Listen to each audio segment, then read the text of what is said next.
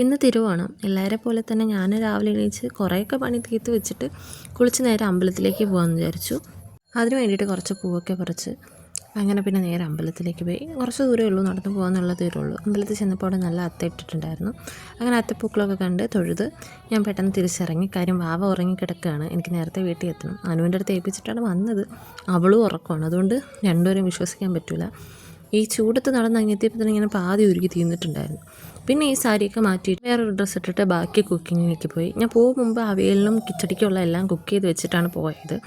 അത് കഴിഞ്ഞിട്ട് ബാക്കി അരച്ചൊക്കെ ചേർക്കാനേ ഉണ്ടായിരുന്നുള്ളൂ. അങ്ങനെ പിന്നെ ആദ്യം കിച്ചടിക്ക് വേണ്ട കാര്യങ്ങളെല്ലാം കൂടെ അരച്ച് ചേർക്കാൻ വിചാരിച്ചു. എല്ലാം ഒന്നും ഉണ്ടാക്കണമെന്നില്ലെങ്കിലും അത്യാവശ്യം കുറച്ച് സാധനങ്ങളൊക്കെ ഉണ്ടാക്കണമെന്ന് എനിക്ക് മനസ്സിലുണ്ടായിരുന്നു.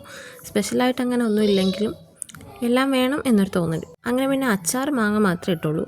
കുറച്ച് ഇഞ്ചി നാരങ്ങ അനിയത്തി കൊണ്ടുവന്ന് തന്നു. അപ്പോൾ അച്ചാർ സെറ്റായിട്ടുണ്ടായിരുന്നു. പിന്നെ 2 ടൈപ്പ് കിച്ചടിയും ഒരു തോരൻ, ഒരു അവിയൽ, സാമ്പാർ, പരിപ്പ്, പപ്പടം, പായസം, ഇത്രയായിരുന്നു എൻ്റെ പ്ലാനിങ്.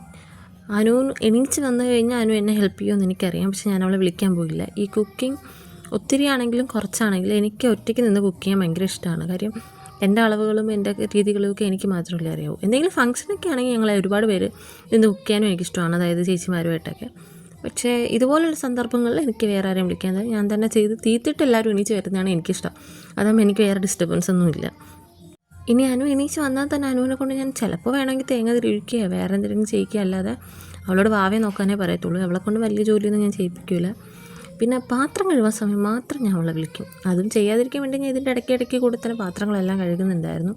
കാര്യം ഒരുപാടായി കഴിഞ്ഞാൽ പിന്നെ നടക്കില്ലല്ലോ ഒന്നും. അങ്ങനെ പിന്നെ രാവിലെ തന്നെ ആയി. ഇടയ്ക്ക് വാവ വന്നിട്ടുണ്ടായിരുന്നു. പിന്നെ ഞാൻ തൊട്ടിലേക്ക് എടുത്തിട്ട് ആട്ടി ഉറക്കി. അവൾക്ക് ഈ കുക്കറിൻ്റെ വിസിലാണ് ഏറ്റവും പേടിയുള്ള കാര്യം. കുഞ്ഞിലേ അതായിരുന്നു അവൾക്ക് പേടി. അവൾക്ക് പിന്നെ അത് മാറിയിട്ടില്ല. അങ്ങനെ പിന്നെ എല്ലാം സെറ്റാക്കി ഉച്ചയായി. എല്ലാം കഴിഞ്ഞപ്പോൾ എൻ്റെ കോലവും മാറി. പക്ഷേ എല്ലാം റെഡിയായി കേട്ടോ. ഇതിനിടയ്ക്ക് അനു എണീച്ചിട്ടുണ്ടായിരുന്നു. പിന്നെ അനുവിന് വാവയെ നോക്കാനൊക്കെ കൊടുത്ത് കുഞ്ഞു ഹെൽപ്പൊക്കെ അവളും എനിക്ക് ചെയ്തു തന്നു. അത് ഞങ്ങളെല്ലാവരും കൂടെ സദ്യ കഴിക്കാൻ വേണ്ടിയിട്ടിരുന്നു. കൂടെ കടലപ്പായസം ഉണ്ടാക്കിയിട്ടുണ്ടായിരുന്നു. പക്ഷേ അതിൻ്റെ ഫോട്ടോയും വീഡിയോ ഒക്കെ ഞാൻ എടുക്കാൻ പറഞ്ഞു ആ തിരക്കിൻ്റെ ഇടയിൽ. അങ്ങനെ പിന്നെ ഞങ്ങളെല്ലാവരും കൂടെ സന്തോഷമായിട്ട് ഫുഡ് കഴിച്ചു. അപ്പോൾ അത്രയുള്ളൂ. Tata bye bye, see U.